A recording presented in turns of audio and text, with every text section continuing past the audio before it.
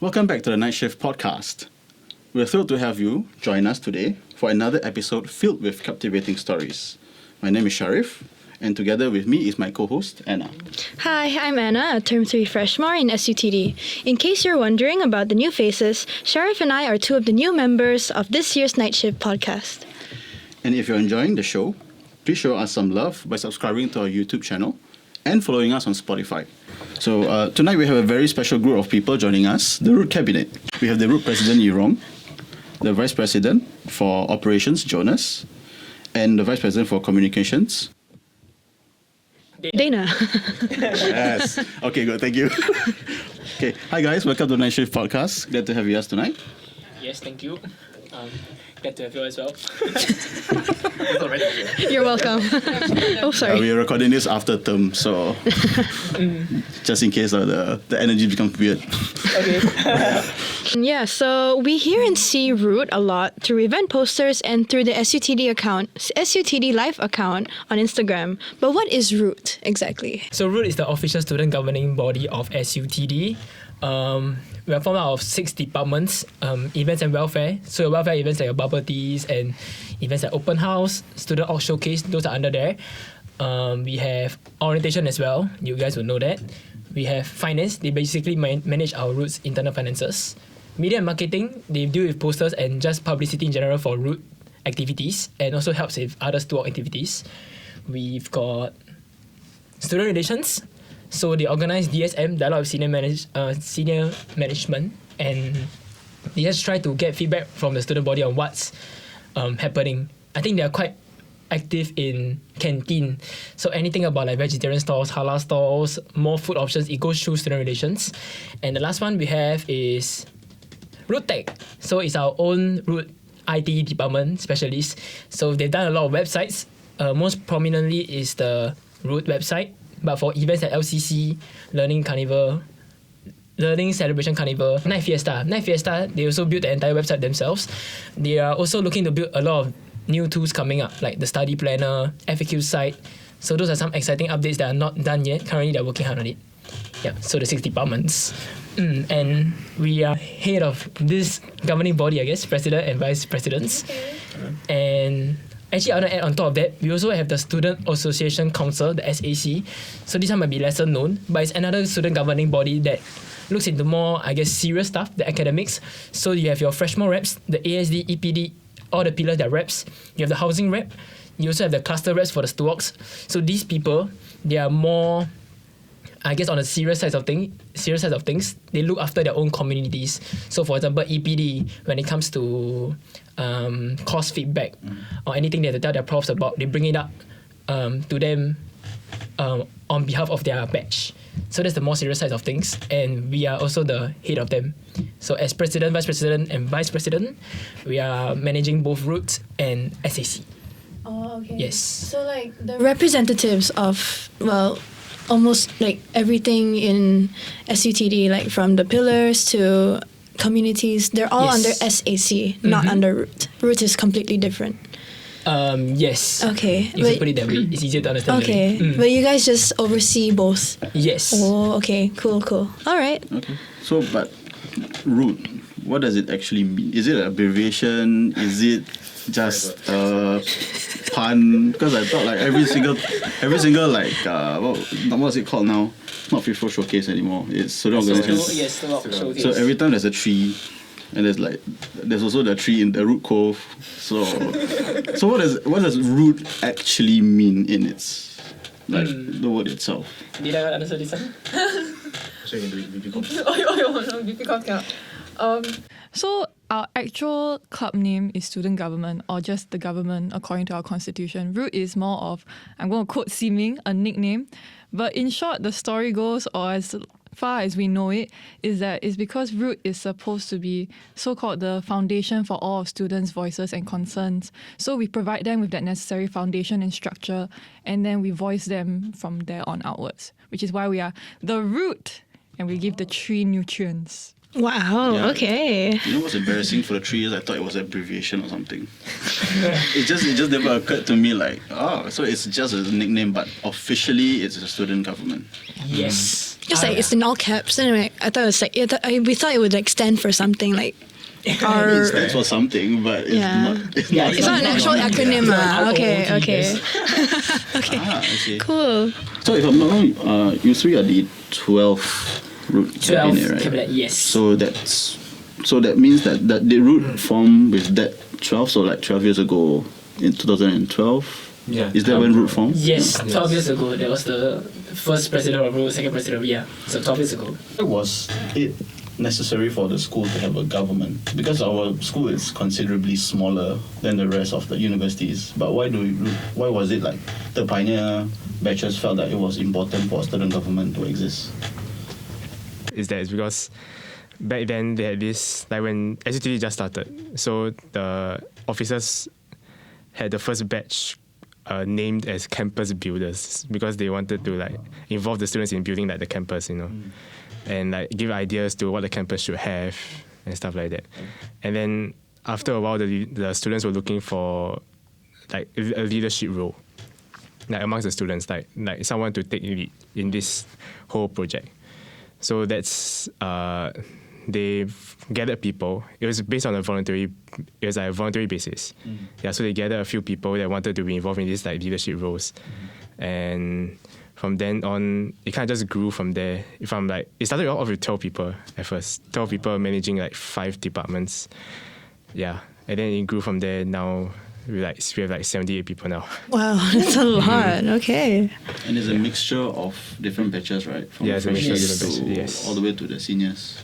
I guess now we only have one term 6 senior in Root. Oh. Then Yeah. we have about 20 of us from this batch. So the majority of Root is formed by the freshies. Yes. Okay. I think you all would understand that the academic rigor in school, I think your term 4, term 5, term 6, they just start dropping out because of their commitments to studies. Yeah. Yeah, So that's the pattern we face also at Root. Because I think you guys have been in root before you are, like presidents and vice presidents, right? So how has it evolved for you? Like from being just a member or like part of root to now leading it. So how has it changed for you? In your opinions? Yeah. Oh. You go first. I want to hear what you think. How it changed for me personally. Yeah. Yeah. Like my opinion of Root. Yeah. Let's see.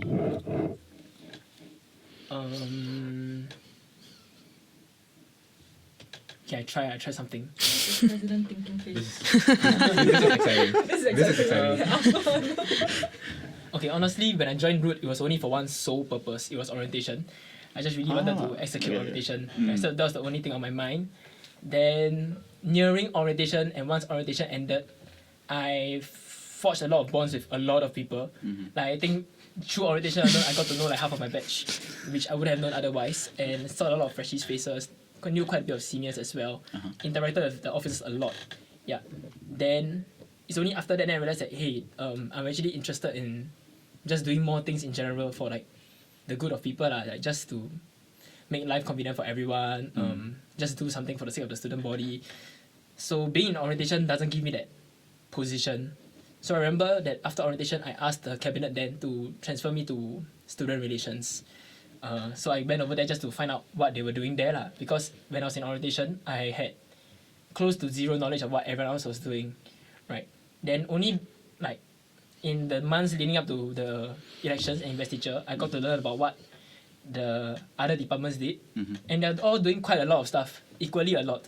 Is it recognized or not? I'm not so sure. Is it publicized or not? I'm not so sure. But they're all trying their best. They're doing a lot, and I thought I just wanted to be in a position where I can empower this bunch.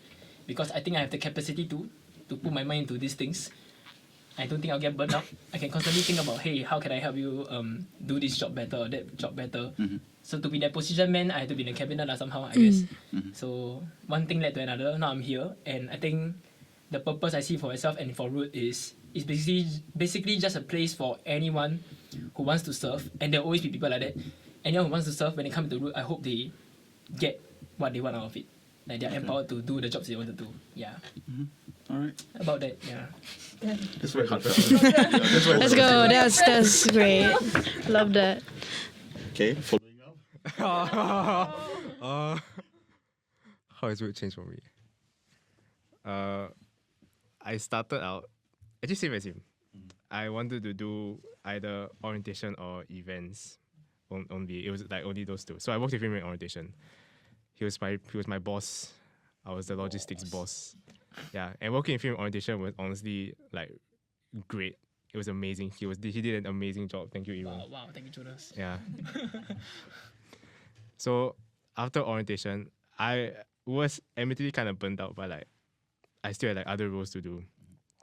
Like I was in charge of recruiting the next batch of ROOT. So I do that.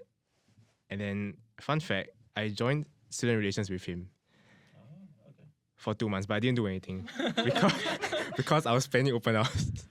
So I didn't do anything for student relations. So like that whole train of things I did, it did kind of burn me out, but it was also fulfilling in a good way. So I decided to, when I heard that he was becoming president, I decided to stay because I worked with him for orientation and I went through all that stuff. He also helped me for open house, so I knew that he was gonna be like a very good president. So that's why I decided to stay. What I didn't know was that he's gonna ask me to become vice president, and I rejected his advances multiple times. And yeah, but after a lot of thought and consideration, and one day him suddenly saying, "Hey, you wanna have lunch together?" Yeah, after that whole talk, then I decided to help him in his journey in empowering people in ROOT. So the lunch just yeah. convinced you lah. Just the Yeah. lunch. Okay. I didn't treat that lunch, by the way. It's just Okay. We ate at the canteen. Okay. I would say I started off actually different from them. I started in events and welfare. So for a period of time, they called me the events masochist because I had like 5 events going on at one time. Yeah, you see why he's nodding? Because he's the one who called me that. I remember this. Exactly. Because I'm also IB Hexco for housing, so I also do events there. Yeah, so I was very busy, and likewise, like Jonas, I was quite burnt out because I was Night Fiesta's PD. Yeah, and I was very tired, but as Chen Yirong once mentioned, there is no way Dana would quit because I like to do this and suffer. No, I like to see the kids happy. I always call the freshies my kids. I like to see them happy. I always like to feed them. I love giving you food. I'm very happy when I give you food. But also, it feels quite nice because our batch is in quite an advantageous position. We didn't have the whole COVID period that blocked our freshie experience versus the previous cabinets had to deal with that, how to create that freshmore onboarding experience when they could barely even see each other, barely even say hi to each other, barely even gather. So we were the batch that really experienced the first taste of this is what student life can be. And because of our position and because of our many experiences, we were like, okay, we can do this and we can make it such that it will be better each time. And that's something that Chen Yirong is very good at convincing people to do, which is what he convinced me and Jonas to do. He convinced us not to quit. Yeah, and likewise, I did not plan on becoming cabinet. In fact, I wanted to quit because I was very burnt out. I was very tired. I wanted to sleep. But Chen Yirong one day just created a group chat and said, let's go to lunch. Yeah, let's go to lunch. And then from one lunch alone, we were like, okay, sure. And the next thing you know, we're preparing for election. So, moral of the story is, think carefully before you go for lunch with Yirong. Correct. He might, Lunch, he might dinner, propose it with supper. something that you can't reject. And he won't treat you. But it's food. But he Food won't is treat nice. you.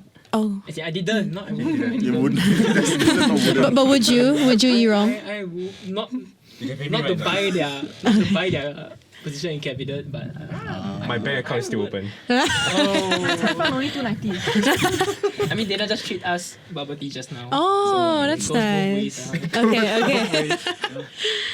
To jump on the COVID point, because I think was it your orientation and then now upcoming the orientation is the first 2 orientations that's like a full-blown 3 days, right? Yes. Because I remember for my batch it was just a half a day. Correct. And then the batch after, then I think Our batch, then your which batch was was half day, full day. So it got better. you got an definitely. AM and PM shift, Yes. right? If I remember correctly. And then the 2023 one and then now 2024 one will be the full scale, right? So So what have you heard from the seniors, and then what have you learned from them? Because previously orientation was done in quite a safe manner, right, with the COVID and everything. So even on the student side and the officers, both sides, they already had that bit of, can we do this, can we do that? And officers will have like a bit of like, they're more fearful lah. No out of campus rule. Oh yeah, the no out of campus rule, yes. So that was the first hurdle we had to cross before we go Sentosa, because there was this rule that says no outside of campus activity allowed. And then we think that it was a legacy from COVID days lah. So we sent a rather long email, and then thankfully they're like, oh, okay, sure. You can go out of campus. But the process was a lot longer than that. But I think writing of the email, bringing that topic up was a bit longer. But I think after you send the email, within a few days, they agreed.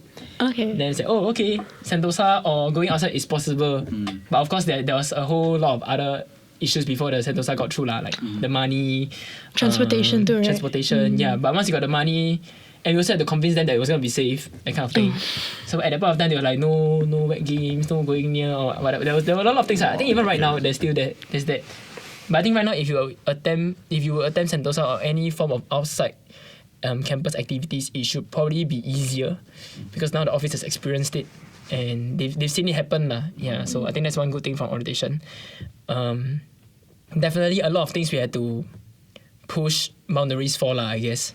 Like there was one where day one orientation, they were saying like let the kids go at 6 p.m. Cause don't let it be too late or something like that. Yeah. So that was something that we kind of pushed also. I don't know whether it's good or bad for the freshies. I remember it was damn tiring at the end of day one. But that was an example of something that we pushed.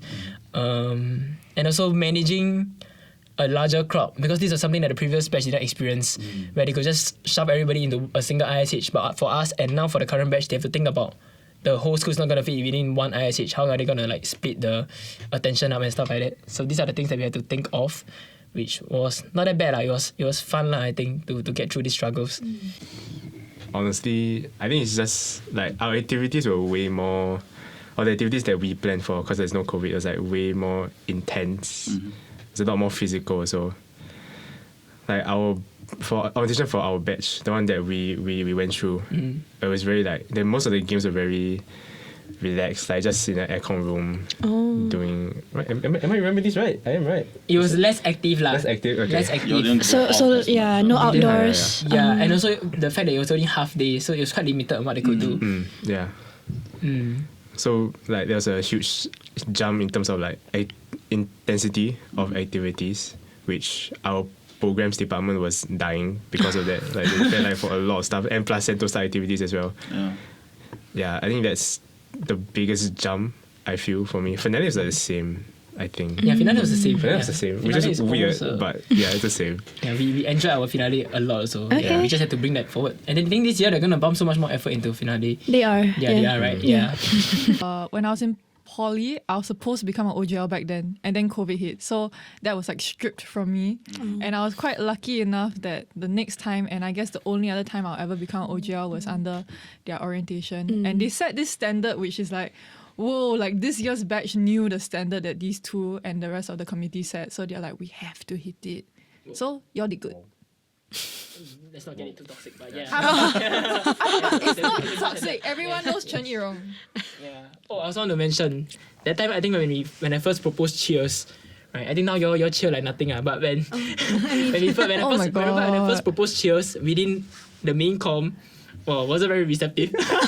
No one wanted to do cheers. And then when we proposed cheers to the OGLs, it was also a bit like weird. I see. But now that when the actual orientation hit, then all of them were like cheering like crazy. Then yeah, I guess I'm glad in that sense it's a personal matter for me. I won. Like, hey, you all like cheers, right? Don't hide. Then now they're doing cheers. So, You convinced them over lunch again. it was not over lunch. This time I have to thank the welfare subcom, and like of course the OGs were all very like chill with they it. were on board. Okay. Like during rehearsals they'll be like but come orientation day they really like put in their best into cheering and all that. So yeah. So now we have this batch of freshies who can relate to cheers. So they wouldn't be like, cheers. Yeah. So nice. That's nice of it. We tried our best. It was very hard. The first few drafts of the cheers were insane. Yeah. Of course. But they upgraded it themselves. They also took initiative that, let's make this year better. So very thankful for that. Okay. Yeah, under Harish, Welfare Subcom. Because I fell sick and I couldn't attend orientation at all. I only came for the inauguration ceremony. So yeah, but it's okay. I'm an OGL this year, so Let's go. yeah, let's go. Yeah, if the orientation is that intensive, I can't imagine the dry runs. Oh, the yeah. dry runs. Okay, a lot of lessons learned from the dry run as well, and stories. I think our first dry run wasn't that well run, in my opinion, because we were when it came to the first dry run day, we were still like sorting out details. It wasn't the best lah, but I think by the time we reached August nearing, we had our own runs. I think it felt a lot better. And maybe because it was so near to the date, right? Everyone felt a lot more alive as well. So Makes sense. yeah, it was definitely better lah. Yeah, and there were a lot of things that we were trying out for the first time in terms of documentation and also whatnot. So hopefully this year we can see some improvements for the comm. It's of course gonna be just as shack, but at least it will build to a higher standard lah, rather than us we're like trying to schedule things together at the last minute. And I think one thing that always intrigued me is that for the last year's orientation, I don't know how you all got through the catching game past EHS. But that's another story for another time. Like, but how do you how do you guys approach now being in the cabinet, right? How do you guys approach talking to the officers, and then how was that like? Because I think as students we communicate quite differently if you have to communicate with someone corporate like officers. So how is that communications like? Yeah, how is it like? Yeah. Honestly, talking to the officers isn't that bad. They're quite reasonable people. They say very explicitly what they need and want. Then on our side, it's just we try to understand their rationale, and then we answer to their queries as much as possible. Even if sometimes they might ask for things that seems a bit, like for example, I think there was a period of time events people, right? They had to write RAF for everything, the risk assessment form. So there was, I think for last year's SOS, there was an activity that was looking at the computer screen, right? I think the video. Then they put there, the risk is eye strain. What?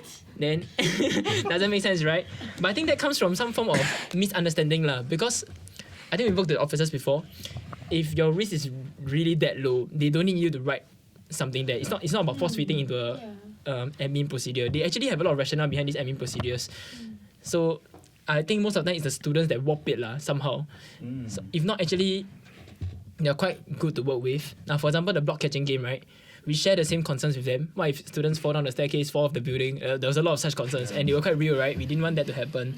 So I think we put quite a bit of measures. Like we had an OGL standing at every single staircase. Even though it's kind of lame, but when they hit the staircase, they cannot run, they can only walk. And this is not like trust basis. There are OGL stationed at every single staircase to make sure that they walk. Then there are areas that are just red taped, no-go zones, because we deem them dangerous. So it wasn't that bad lah. With all that measures in place, they were quite receptive.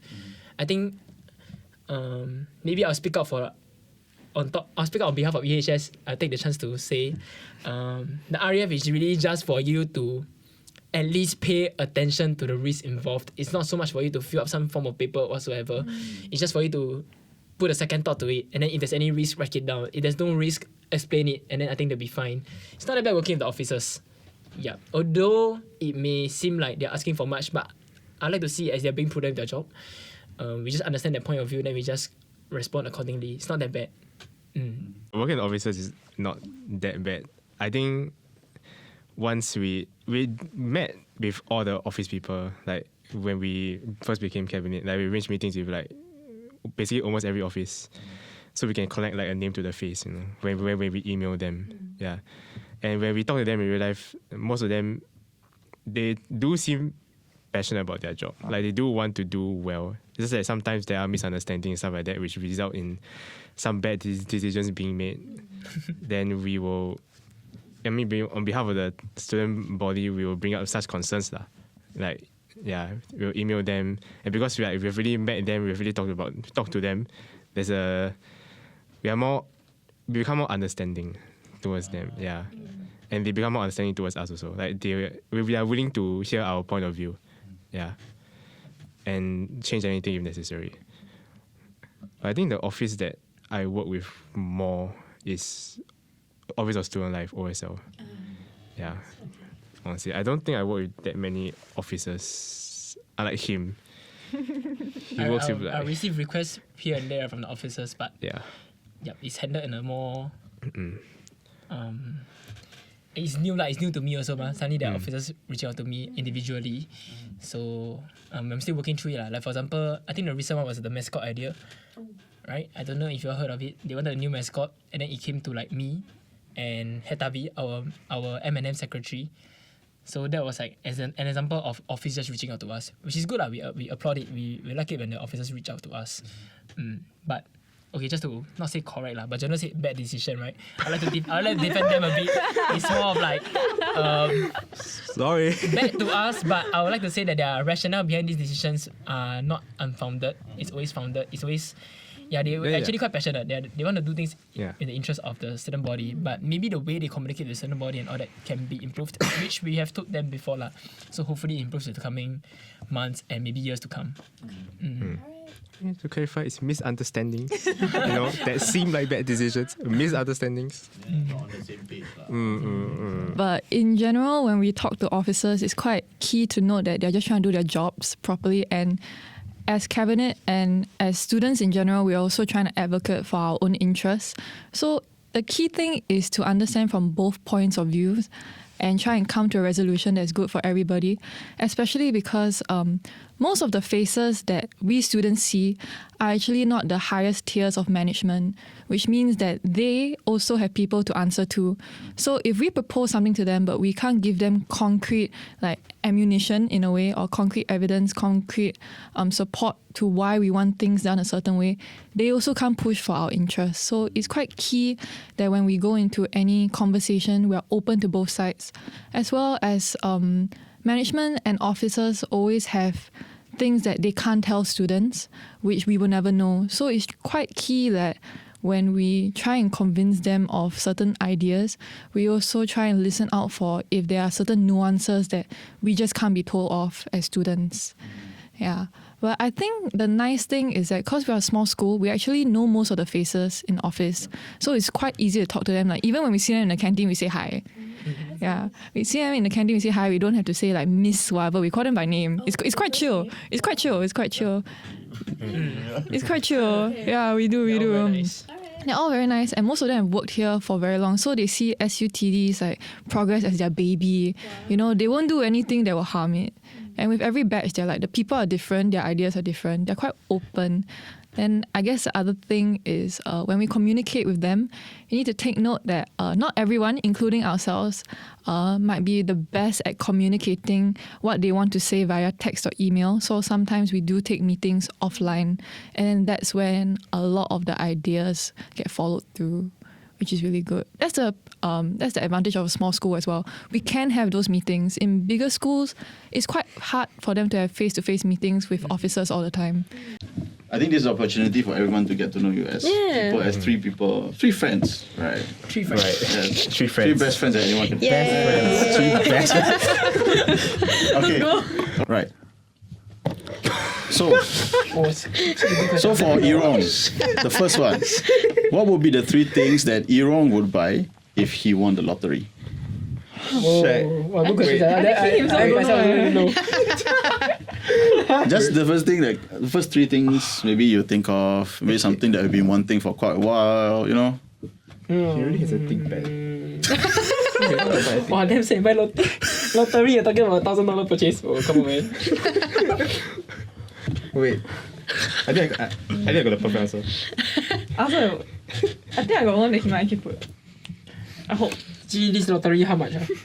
Let's say 3 million. 3 million. Yeah. I can't think of anything you want personally, which is so sad. But it's kind of, this selfless of him. Yeah. I mean, this one, the questions, the thing he will buy is not the thing that he wants for himself. Who wants to go first? So again, we'll just repeat the question, right? What would the three things Yirong would buy if he won the lottery? So I think we'll start with... You want to start? I'm so excited. Sure. Yeah. I just So said Dana sends first, right? Yeah. Yes, Dana sends first, yes. Wow. You have so little Okay, faith in the man. you want to say out what you House down payment. you want to say out what Wrong. So I put the first one is 3D printer and filament. The second one is house down payment, and the third one is stocks. Why not just buy the entire Insane. house? That's insane. Yeah, what happens by the entire house? 4.5 million. Because you invest the rest in the stocks. Okay, Nice. so before that, so just Jonas, what's your answer? Okay. Yeah, just send it over. I'm so confident at this. Oh wow. House also. Oh, the house. Fun orientation. Wow. Damn, you know almost Sentosa they gonna go overseas, bro. Oh my goodness. Damn. That is a Yirong thing to Okay, do. so there's a commonality in house here between the two. Have you mentioned any of this to them? No, it's not. House down payment is really funny to me. 4.5 million. I'm just gonna talk about down payment. But the difference is a house down payment and an actual house. So let's have my answers now. Yep. Yeah, sure. You can send it over. Almost there lah. Gosh. You can say what you want. Even the stocks part there. Yeah. So my you can say what you goodness. put now. Yeah. What I put down. Yeah.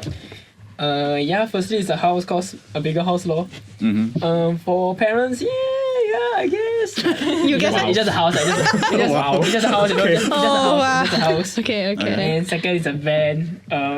Cause useful lor, transport things. Can think of a lot of situations when the van could be useful for friends and all that. Okay. Then throw the rest into stocks. Yeah, everything else is whatever. But yeah, throw the rest into If orientation needed 3K funds, would you give it? If I won the lottery, sure lah. If I won the lottery, God sure. damn, the Yirong sponsorship though. God damn. Okay. Yeah. So the house thing is a commonality. I mean, it's. Yeah, it is. Yeah, I mean, there's how many things can you buy for 4.5 million?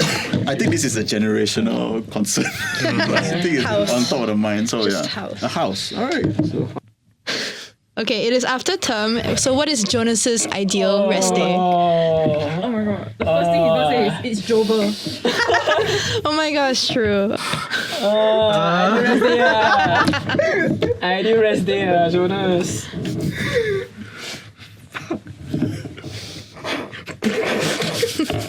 Ideal rest day. Really, real. I play real. Wait. Okay, I'm gonna face this correctly, yeah? Okay, I also face already. Why is he getting so red? Look at how red he's getting. Are you embarrassed? Oh my goodness. yeah, make sure that it's something that we can use in the video.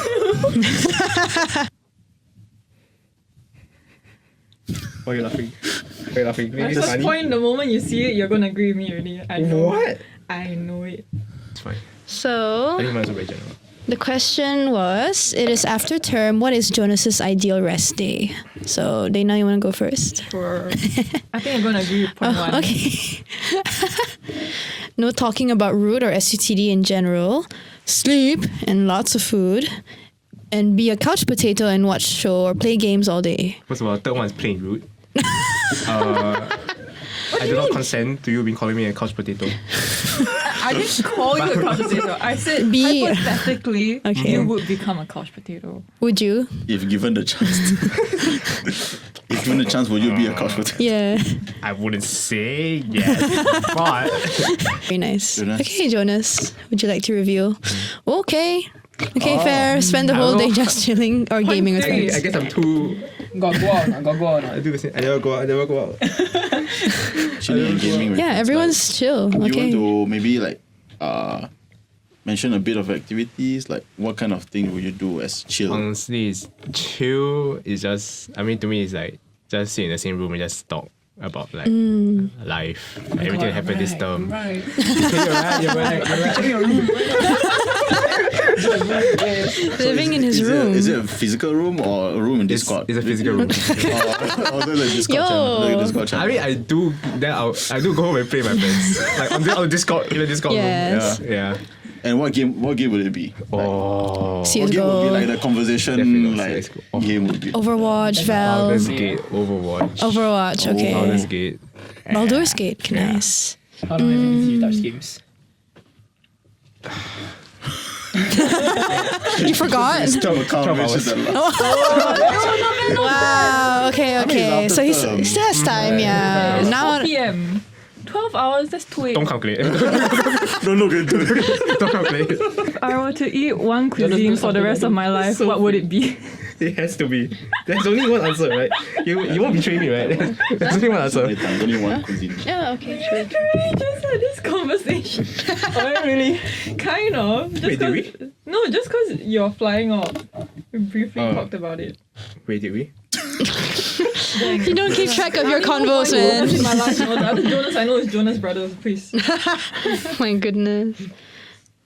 I'm gonna take a wild guess. Only one guess. I feel it's quite easy. Really? Let's see. If I'm wrong, right, it's Jover. That means I really don't know you. Yeah, I'm done lah. Okay. I'm also done. Should be correct. Oh, everyone done? Yeah. Correct. Okay. I think very Start easy. with, start with Yirong. Oh yeah, sure. We start with Yirong. What's your Yirong, step with the dark. okay? Korean food. Okay. Korean food. Okay, Jonas. Okay. Korean food. Okay. Okay. To the team here and Dana. Dana. Chinese food. Oh my gosh! Culture shock. Actually. Okay, we can start with like what kind of Chinese food? What specifically? And why Chinese food? Okay, why Chinese food is because the most like the answer is just because I grew up eating Chinese food. Okay. So it's the most homey food, and I feel like Chinese food has the most variety in the sense that it goes across like a really, really wide myriad of flavors. Like you can go spicy, you can go sour, you can go super, super sweet. It has everything. Korea also can. And like I love Korean food, but sometimes I don't want to eat gochujang, you know? Okay, true. Like sometimes I just want plain like ginger chicken, which is like salty in garlic and like Chinese like wine. That's my food. 烧酒. Yeah. Ah. Like Chinese food is just so easy and there's so much variety and I can't get sick of it because I grew up eating it. True. Okay. And then, what would you say? What was your Because we have one that says that yes, it's definitely this, and the other one says I'm not sure, but you all landed on the same answer. So what's your justification? The only country she's ever talked about is Korea. She Okay. loves Korea a bit too much. That is scary. Her profile picture, everything all K-pop. No, my profile photo is Oshawa. Turn on your wallpaper right now. That's my wallpaper. Okay. Who's that? Sono from enHYPEN. Ah, Say okay. louder to the mic so that the whole world can hear. Okay, now we know who's her bias. So it's Okay. for you, it's because like she mentions Korea quite a lot, and And that's she where- loves Korea. She has to go to Korea. Have you? Not yet. Okay. Of course she has. Of course she has. I have. I went last year, I might be going next year. See? See what I mean?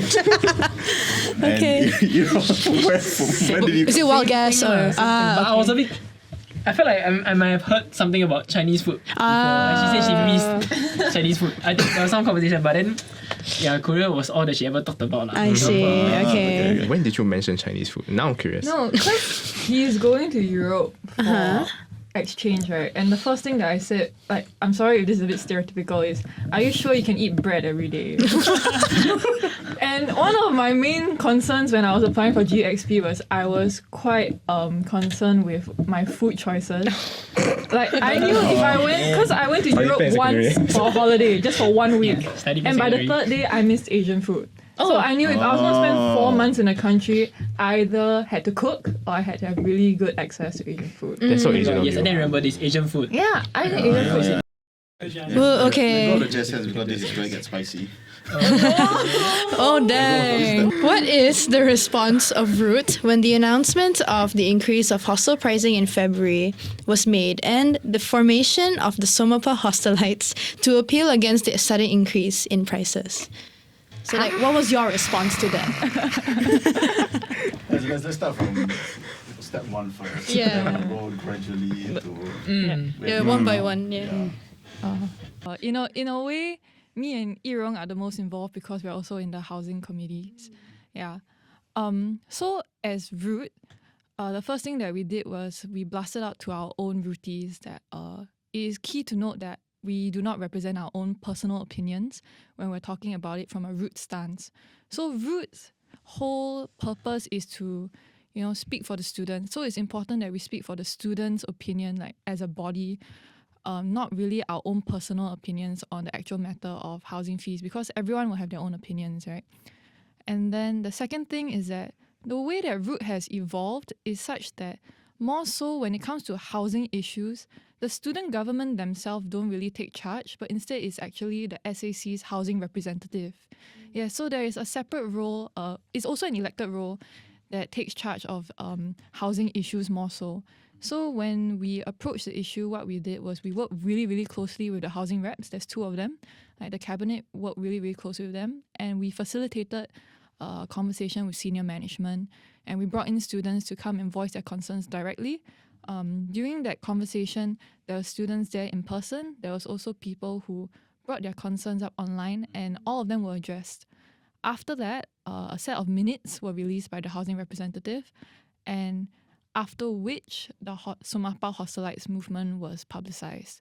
So in that sense, ROOT, what we did was we just acted as a mediating body, because we ourselves can't advocate for certain movements without the students wanting certain things, and it has to be a majority. Yeah. So more so when it came to Somapah Hostelites, we didn't want to stop them, neither did we want to help them push it out. But instead, we are here if they need help. If they reach out to us, then we will help them through the way. Other than that, their movement is their own. Yeah. I think Yirong can add on if he would like to. I see him like nodding his head. Emphasis on the last point, the movement is their own. With no comments on whether it's like doing good or bad or whatsoever, but it's just from root stance, like she said, right? It wasn't something that we were gonna get involved in. But if them as students reached out to us, we would help in any way they think it's possible, lah. Was it a surprise that there was this movement, or were you guys privy to this? Like, was somebody said like, hey, this is unacceptable, we're gonna form this, or was it like you knew as everyone? Was it expected? Yeah. Candidly, I knew it when everyone knew it, lah. Didn't have any heads up. Okay. Yeah. Not that it alerted us in a very negative way though. It was just, someone started this movement, and then it happened, no? Yeah. It's not like we were particularly against it or anything. It's just, someone's doing this. Okay. Okay. I mean, it gained a lot of traction. So Yes. I think, definitely, I think currently, what's the situation now with it? Can you give If us it's okay anything? to reveal a bit. No specifics, maybe just the timeline of what's going on now, because it's been quite a while since the announcement. Right. I mean, 3 of us are not directly involved with Somapah Hostelites. So I guess right now it's just we don't really know how senior management intends to respond to this. I mean, they definitely know of like Somapah Hostelites existence. I think maybe they're just waiting for the next Somapah Hostelite post. I'm not sure, because so far I don't know if there was any direct call to action to senior management yet. I'm not sure from the Somapah Hostelite side. So yeah, not much update lah. We know just as much as you guys in terms of like, where they last posted. Yeah. I think moving on to one of them is feedback gathering. I think mention about feedback gathering and also like the canteen itself, right? But I think, was it in term 4? Like one of the Muslim store closed because the former Muslim store closed because I think the auntie got injured and then couldn't open up the store, and then because of that there was, I think, a week or 2 there was a lack of halal options. So what role does ROOT play in that? If it's something that's happened suddenly, and then what does ROOT have to do for that kind of thing? Yeah. Right. I think I remember this incident. I think one of our own ROOT members heard of it. I think at the point of time it was still running. It's just that it was an impending thing, like they're gonna close soon. So I think it was a rather short timeline at the moment. So what our ROOT member did was he reached out to OSIF. There's one staff that we work very closely with when it comes to like food vendors and stuff. Then I think they discussed some solutions. So I think what they arrived at was the bento boxes. I believe it was part of the initiative, the halal bento boxes. So I'm not sure if it covered all the days perfectly, but that was one of the last minute things that they tried to come together with, because they understand like, hey, we need the halal food options, right? Just the single Indian store is not gonna cut it. Yeah, so on our end is we talked to the OSIF directly and we tried to push for it quickly. Yep, and then we helped organize a few things as well, because when they get a food vendor over, right, they also ask for food tasting sessions. Then these food tasting sessions are kind of coordinated by the root members lah, and together with OSIF. Yeah. So sometimes you might be receiving the food testing invitations. Yeah, it's for impending coming canteen store, and I think they did that for this halal store as well. Yeah, I would just to say, I think one of the halal tasting sessions was on Friday. It was on Friday afternoon. that was like an oopsie from. But I think it was like, I think a lot of feedback came in. I think from Muslim society as well. Like, you're putting a halal food tasting during when we are going to Friday prayers. It's a bit. Yeah. But I think it was promptly addressed that you all changed the time, or you allowed more time for people to test it out, which is. This is where the prompt response comes in. Nice. I think this is the oversight, but nice. I think it was a clear proof that our canteen needs more halal options. So yeah, I think definitely that was a good response. And the food was good also. So yeah. How's the price though? It was reasonable, $5 per box, and then it changes every day. I think. Yes. Yeah, and then I think initially it was like 50 boxes, and then eventually the demand increased, and then they increased the amount of boxes brought in every day. I think it finished within barely 30 minutes. Wow. Okay. Yeah, because the halal option is nice for everyone. Okay. Right, it's not just for Muslims. Yeah, or people true. who prefer halal. It's just a very nice option to have. Yeah. Okay. Cool. Okay, I think we will move on to the elections part. Because I think now every position in ROOT SAC is an elected position, right? So I think this is something that, since year one, I wanted to ask someone before ROOT, why isn't the voting first past the post 50%? Why has the percentage been brought down to 20%? Well, I guess the main reason is because first we usually publicize elections 2 weeks before the term starts, around there, just so to for people to spread the word around that there's this election going on. We try to publicize a lot about the elections to let people know who is running, who can they vote for, and stuff like that. To us, the threshold, the 20%, is not our main priority. Our main priority is reaching out to the student body more, so that to encourage them to participate in the election, because they are voting for people that have actual influence over them, right? They can actually they are in the position to do something for the student body. So our goal is to publicize a lot more, for the focus on publicity to the student body, to encourage them to actually participate in the voting, so that they can actually vote for who they want to be at those positions, because we can actually do something. So to us, the threshold wasn't really a main concern. It was more of actively getting the SUTD community to be more involved in the voting process. And I think they've tried to publicize as hard as possible. They'll spam telechat and emails. So he said, the 20%, I'm not sure how far we have to dig into history for this, because I think the 20% has just been there the whole time. But in terms of publicity, I think every year the election commission team, they always do their best to just publicize it as much as possible. Yeah, technically anyone can run for election. There's also the steps to form your own cabinet party. Yeah, but I guess it just so happens that every year it's not a very contested position. It's not many people take it up, and voting is also, I guess, an issue here. It is historically quite difficult to gather votes from the students.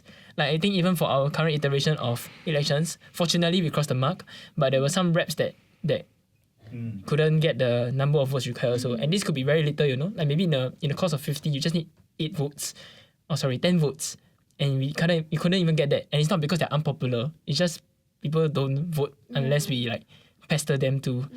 So I guess moving forward, this is something we could look at. If only ROOT was a lot more involved in all these students, right? Then maybe they might bother a bit more. We might get more engagement that way. So that's something that's constantly in progress lah. Improvement for Root. But otherwise, the number is just there. I guess we've never really questioned it. So it's a legacy thing. I'll say it's more of a. We never really paid that much attention to it. Honestly speaking, it was more of like publicizing it more. That was our main goal, honestly, just to get them more actively involved in the voting. We would love a bigger percentage, lah. Yeah, because but, it does instill more confidence, man. Like actually, there's this number of students that bothered and know that we are running and doing this. Yeah, It just starts with the student body first, lah, because not everyone is receptive when it comes to these kinds of stuff. Yes, I'm not sure whether receptive is the right word also, because I'm not really sure if it's receptive or they just don't. they just don't know. They just They don't are know. unaware. Oh, or, okay, true. I mean, there's always people like that lah. I think we're not new to it. It's people who are just they don't do forms. Yeah, they don't look at the family chats. They don't look at the emails. Yeah. It just doesn't concern them as much. Yeah. Okay. Is there an FAQ section for students to have in order to settle common issues? Oh, it's so exciting. Oh. Yirong, your baby. Yes. Your Your baby. baby. Okay. Yes. Okay, the current FAQ as we know it is SUTD family chat. Oh, okay. Okay. Honestly, it's quite effective. You ask anything Okay. there, people help. Yeah, But yeah. there's something that we're trying to work on within Root. I think in the previous terms, the SR team tried sending out like this link to fill up FAQ questions. We'll also add in our own FAQ questions and answers. We do have some documents here and there that has common answers to common questions. We're going to collate all of this, and Root Tech is working on this FAQ segment on the Root website. So it's a work in progress, but yeah, it's something that I personally want to see as well, FAQ site, because there's a lot of like common answers that it keeps resurfacing in SUTD family chat. Like these are things that people answered for years ago, months ago, for like many times already. Like one classic example is can this acrylic diameter or thickness be cut? And someone send a photo. Like we just resend a photo at the Fab Lab, which is like resent for don't know how many times already. So yeah, that's something we'll look into. There's also the VPN thing, right? The connecting to VPN. Connect to the Because VPN. people always yes, usually those one or things. two people. Yeah. Yeah. And I guess HMS in general. I mean, there's a lot of all these common questions. So we hope to really put them into a FAQ. Then I think something we can do with this current batch of freshies, especially since they're gonna enter school for the first time, right? We could probably include some kind of like this is something that we just talked about recently, but we can give them this little card with all the helpful hotlines or like details that they can put in their lanyard. Then we give it out to them on day 0 of school. Yeah, okay. So that's something we could do. Then hopefully everyone just becomes a bit more aware. Yeah. So we're constantly looking into that. Not just FAQ site, but just people in general. How can I Who can they call and stuff? like make you a bit more independent lah. Okay. Nice. Any timeline for this FAQ? It was touted to start before the freshies come in, but looking at the progress now, that's probably quite difficult for our team. I mean, this team, our Root Tech team,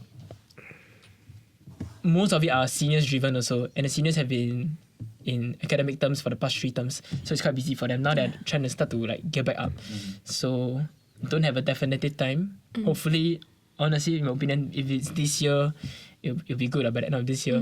It takes time for these people to really do it out of like passion. Yeah. But for the freshie one, that little cut, at least that's something that I think we could do realistically. Still workable. Okay. Yeah. So within like the next 2 weeks before they come in, or 3 weeks, we will print out a card. Has all the usual facilities number, security number, Emails too. possibly? emails, perhaps, and then we'll put it there. Then at least they're all a bit more aware lah. And instructions how to connect to the Wi-Fi. Possibly a link or QR code to a more in-depth guide. Yeah. What is the future of Root? Like what do you see Root doing in the future, or like what changes would you like to see Root have for the future batches and all this? Yeah. When we stepped out as cabinet, we had a 12 cabinet vision. Of course, Root has their own mission, vision, purpose, and all that stuff. But for us, when we stepped out as cabinet, we set our vision to be. I don't think I can set it word for word now, but we wanted our Root members to feel like they had purpose in everything they did, and they had some impact on the student body. So this is something we're still working on. Like we wanted every single department to have something, or all members of Root to have something they could have stake of, have ownership of, like their own initiative, their own event, something they could push out. So that's something we're working on. I personally just wish for ROOT to be a place where if you are willing to serve and you want to serve, this is a place that will empower you to do so, and you're free to do as much as you want. You'll be fully supported. So I don't think we've reached that yet, or rather we are doing that, but there's no evidence of it yet. So for me, it's just that. That's my vision. And then from there, I think ROOT will flourish to just become a lot more engaging for students lah. Because if everyone in ROOT is feeling good about their ROOT work, then I think that will spread to just the whole school in general. Yeah. Hopefully ROOT becomes a place where it's like if students in SUTD have a student government that they can rely on, or they have the notion of a student government they can rely on, then maybe life will just be better in general.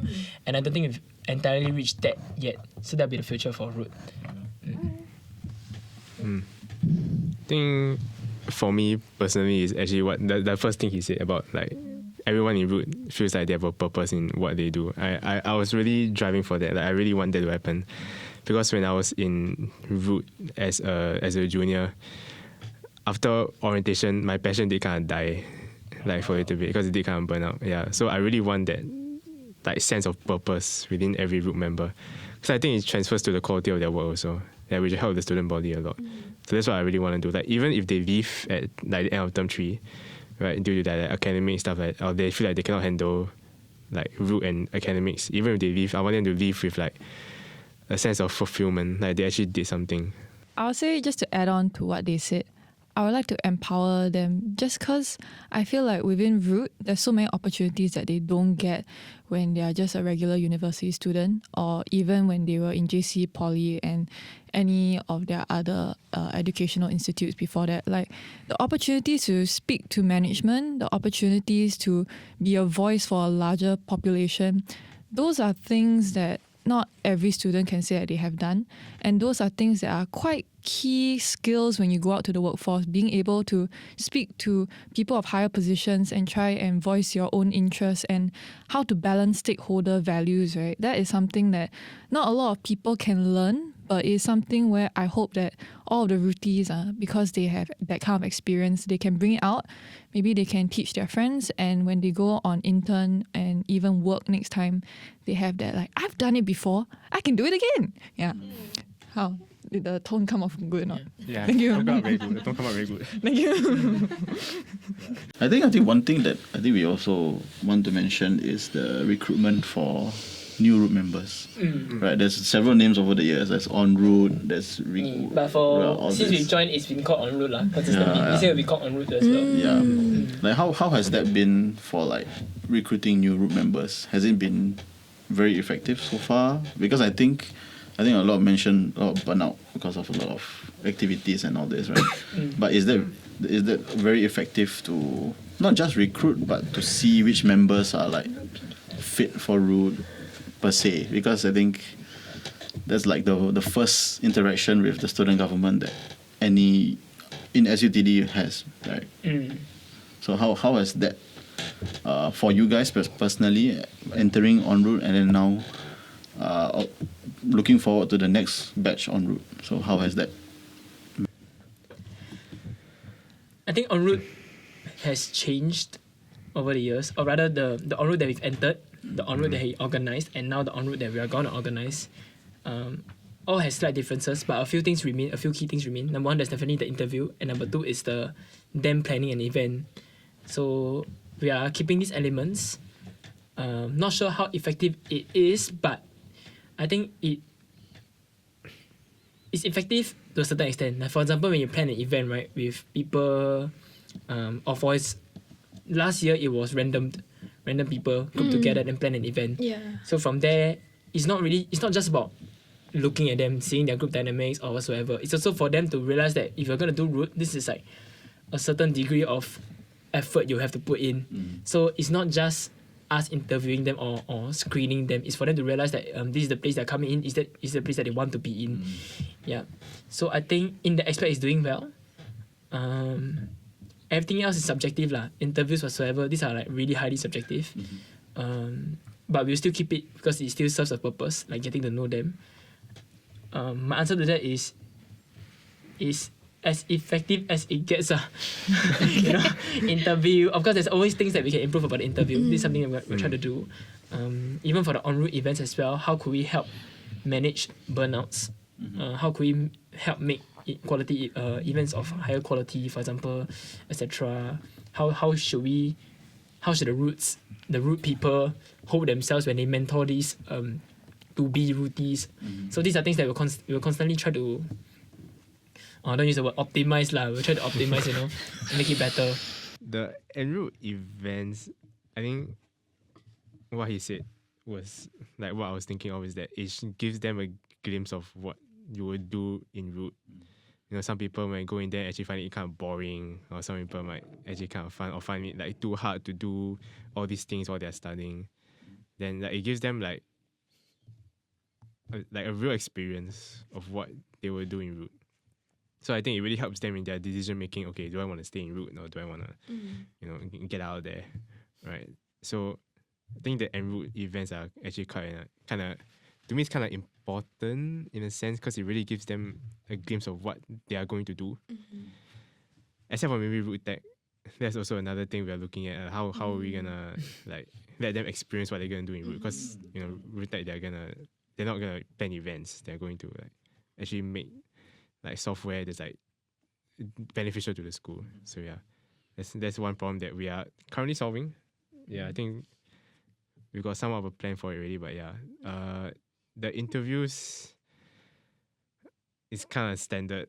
Honestly, I think the main thing about it is how we're gonna set the criteria of like how we're gonna select the new people, right? Like what are we looking for in a candidate?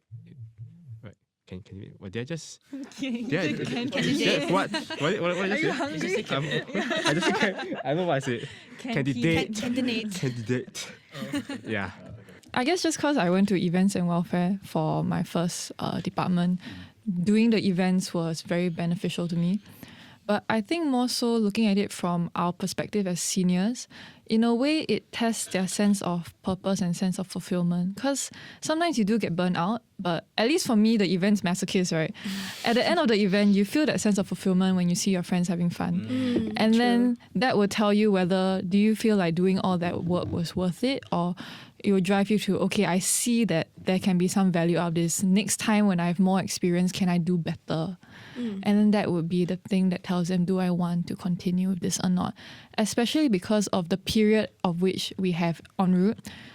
It's quite a heavy period because it's the October to November period. There's really no better time to place it actually. If you look at the calendar, SUTD is a mess with our trimester. It's really no better time. Honestly, yeah. And with that, just in their freshman year alone, with just term one where it's still pass-fail, if they do feel that sense of burnout, as a senior, I would tell them to consider carefully, just because they are always a student before they are a student government member. But those who choose to follow through, I would say like 99% of the time, they are pretty much the most driven people.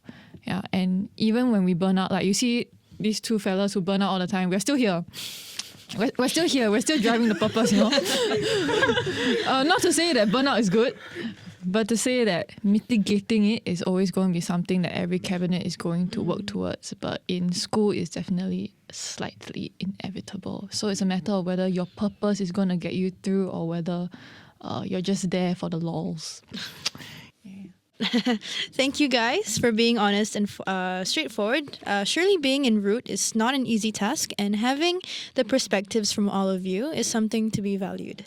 Yeah, most definitely. I think thank you for spending time with us. We at the Night Shift hope that the audience and the students, right, gained insights, and may this be the start of a conversation, right, not the end of it. So I think for those watching, feel free to leave your feedback in the comments below and share this podcast with all that you think that needs to hear this, right? And then see you at the next podcast, and that's the Night Shift done.